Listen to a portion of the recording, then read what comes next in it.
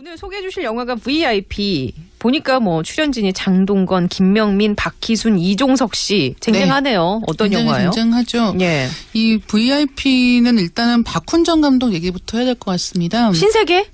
예, 맞아요. 신세계 감독이고요. 네. 그 이후로 대호라고 하는 영화도 있었거든요. 대호는 좀 그 흥행 스코어가 안 좋지 않았나요? 그렇죠. 신세계는 사실 신세계도 흥행이 아주 크게 잘 된 편은 아니었는데 근데 그 팬덤이 이후에 팬덤이 생기고 무엇보다도 뭐라고 할까요? 이후에 수많은 영화들이 제2의 신세계를 꿈꾸며 만들어졌다는 점을 생각을 해봤을 때 느와르적인 그렇죠. 피가 낭자하는 또 한 가지는 이 박훈정 감독이 원래 시나리오 감독 출신입니다. 시나리오 작가를 원래 했었기 때문에 그 전에 류서환 감독의 부당거래 시나리오 썼단 말이에요. 그러니까 그런 류의 시나리오 잘 쓰는 것 같아요. 그러니까 뭔가 그렇죠. 좀 사회 이면에 어두컴컴한 어떤 적폐 세력, 그렇죠. 뭐 그런 이야기들. 그런 이야기들 그리고 또 한 가지는 남자들의 이야기를 굉장히 선이 잘 쓰는 굵은 남자들의 그런 이야기.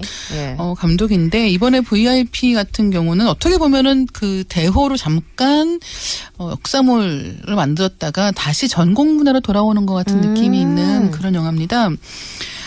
이번 영화에서 이 제목의 VIP라는 인물은 이종석 씨가 연기하는 사람입니다. 아, 그래요? 김광일이라고 하는 이제 북한에서 온 그런 사람인데, 살인사건의 용의자로 지목이 되는 거예요. 이종석 씨가. 네. 예. 그러면서, 일단은 대한민국의 특별수사팀이 그를 수사하려고 하고 있고, 또 하나는 북한에서 넘어온 비밀 공작원도 그 뒤를 쫓고 있고 이제 그런 상황에서 뭐 미국 CIA랑 대한민국 국정원 같은 각 조직마다의 이해관계가 얽히는 거예요. 왜냐하면 이제 북한에서 내려온 사람이기 때문에 이 인물을 그럼 누가 이를테면 더 적극적으로 전방에서 추적할 것인가. 당연히 처음에는 뭐 정보를 공유하고 뭐 같이 공조 수사를 하고 이런 식의 이야기가 있죠. 근데 예를 들면은 경찰 영화도 자주 나오는 이야기가 관할 어디 관할이냐를 그렇죠. 두고 많이 싸우거든요. 예. 근데 이렇게 큰 사건에서 그 관할이 국가 대 국가 대 국가인 경우에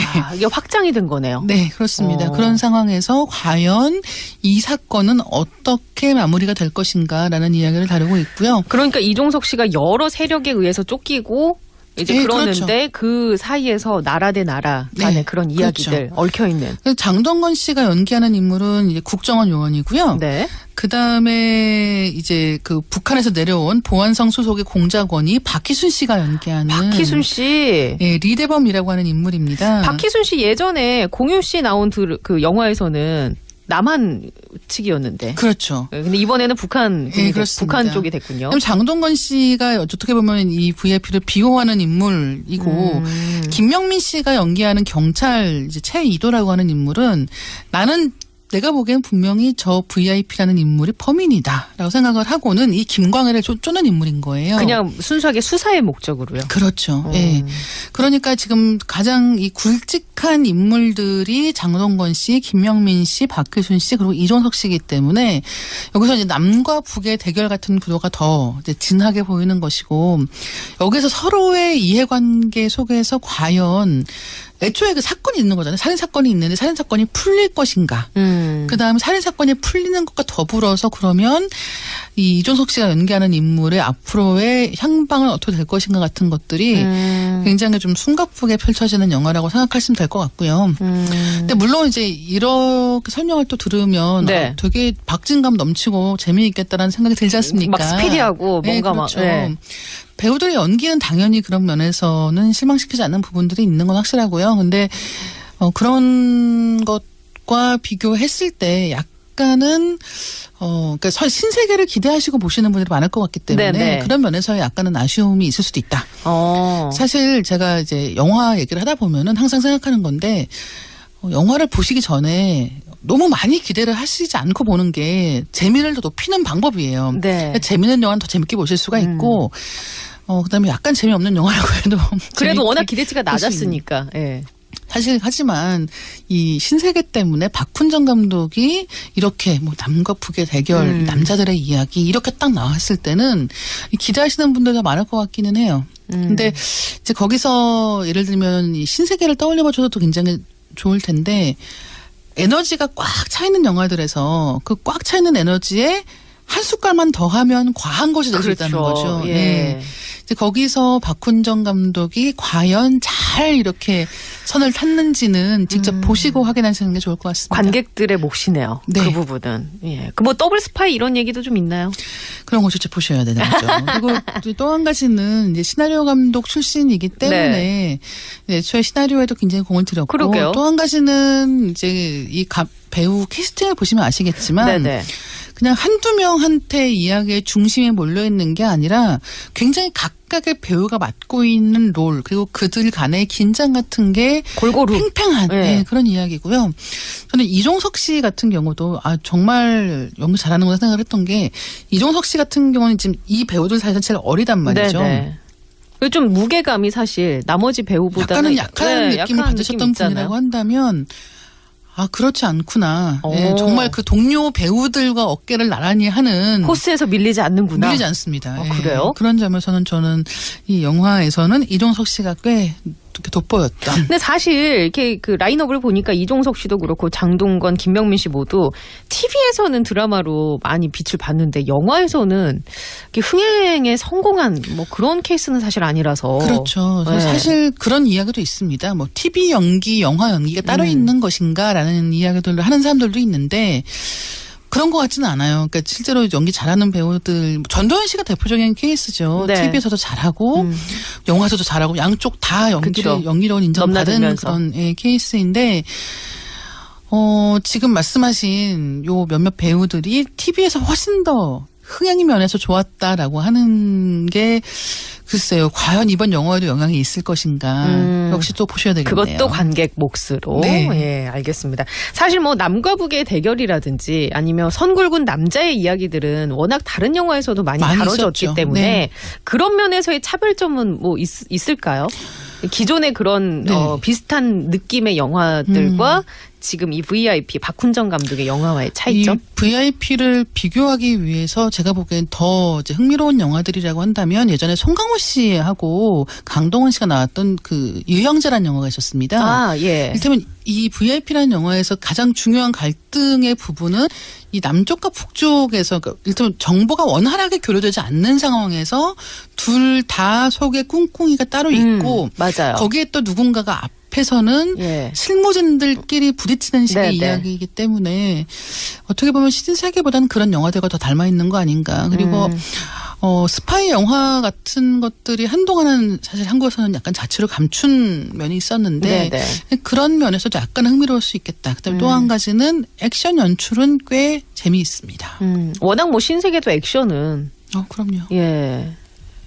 기억에 남았으니까요. 그렇죠. 그래서 이 영화도 아마 그런 면에서 기대하시는 분들이 많을 것 같은데 기대하시는 분들이 많다는 건 아까도 말씀드렸지만 오히려 약점으로 작용할 수 있는 부분들도 있고 예, 한번 직접 보셔야 제일 확실하지 않을까. 전 선배님은 요즘 뭐 하시나요? 누구? 뭐 도한 씨? 예. 몰라. 뭐 해고록 쓰시나? 썼잖아요. 그 지난번에. 그 판매 금지. 아. 또 거짓말만 발라놔가지고. 그랬다며요. 그 무슨 식빵에 잼 바르듯이 거짓말을. 저보다 발라놨지. 그러게. 아이고 여전하셔 그분은. 우리 전 선배님 언제 한번 찾아뵈야 되는데. 그래요. 그 둘이 손 붙잡고 영화나 보러 가요. 그 요즘 1000만 관객 넘은 그 영화 있잖아요. 5.18 저 광주 민주화운동 배경으로 한 그 영화? 예. 볼 거 많네. 난 내가 나오는 영화 봐야 되는데. 그 언론 장악의 공범자들. 나 공범 아니라니까. 주범. 땡큐. 주연급이지 늘. 그날 밤 주인공은 나야 나. 노래 모르는구나. 잘 몰라 이거. 주인공이라서 좋아. 좋아. 좋으시겠어. 그래도 내 덕 보셨잖아. 덕 본 건 인정. 그거 봐. 언론을 떡으로 만들어 놓은 덕분에 참 저도 잘 놀았고. 떡이 덕이 됐잖아. 응? 공식이야. 떡으로 만들어놓으면 우리 아들 덕으로 돌아온다. 근데 바로 그거를 우리 전 선배님도 일찌감치 당연하지. 80년 그 시절에 그 난리가 났는데도 모든 언론이 침묵했던. 그래서 사람들이 왜 언론 그러면서 언론이 얼마나 중요한지 왜 언론 하면서 이렇게까지 얘기를 하느냐. 그것만 봐도 알 수가 있잖아. 그 당시 완벽한 침묵의 시절. 소름 돋지 생각하면은. 그래서 언론은 나라 곳간도 파먹게 하고 실상을 저질러도 눈 감아주고 살상. 실수. 국정농단질도 마음 편히 할 수 있게 만들어주고. 근데 봐봐. 언론은 아무도 처벌받질 않아. 그러니까요. 부역자가 아니라 적극적 가담자들은 거의 이건 뭐 주범들이 마찬가지인데. 근데 처벌은 없어. 그러니까. 처벌은커녕 반성도 없지. 우리한테 9년 동안 부역했던 애들 봐봐. 가면 딱 바꿔 쓰고 정의 사설도 앞졌어 갑자기 아주 그냥 난리 났어. 언론도 이젠 그 계속 이렇게 가면 안 될 것 같아요. 프랑스도 그 유명한 역사 있지 않습니까? 전쟁 끝나자마자 나치한테 부역했던 언론인부터 제일 먼저 정리했잖아. 그만큼 언론한테는 심각하고 막중한 책임감이 있다는 거거든. 그게 그거거든. 그 대가를 치르게 해야 됩니다. 우리도 그 매국 사기질의 선봉들은 그죠? 그게 대가? 알게 뭐야. 그러니까 그냥 이렇게 올바른 얘기라도 하는 거죠. 알아. 요즘 올바른 척하는 부역자들 되게 많다. 그러니까 9년 동안 막 장악됐던 언론을 정상화시키자고 하니까 지금 이렇게 정상화시키려는 게 언론 장악이래. 이게 말인지 방군지 참 진짜 아이고. 세상에 다 인정하는 나팔수들 요즘 봤죠. 무슨 독립투사인 줄 그러니까 알았어. 빵빵 터진다니까. 참 이렇게 되기까지 노고 많으셨습니다. 아이 왜 그래 나한테 같이 한 거지 우리가. 수고 많으셨어요. 예. 그럼 사이좋게 안으로 들어갑시다. 이렇게 사이좋게 들어갈 때 나팔수들이 응? 예전 멘트로 말이야 뿌빠라 빠빠빠 물글 빨고 막 핥아줘야 되는데 저 거린거리를 봐라 막 이러면서 요즘에 애들이 힘빨이 딸려가지고 에이 아줌마 어쩌겠어 뭐 우리끼리 들어가야지. 갑시다. 문 열어요. 누가 잘 죽어. 그러면서 열어.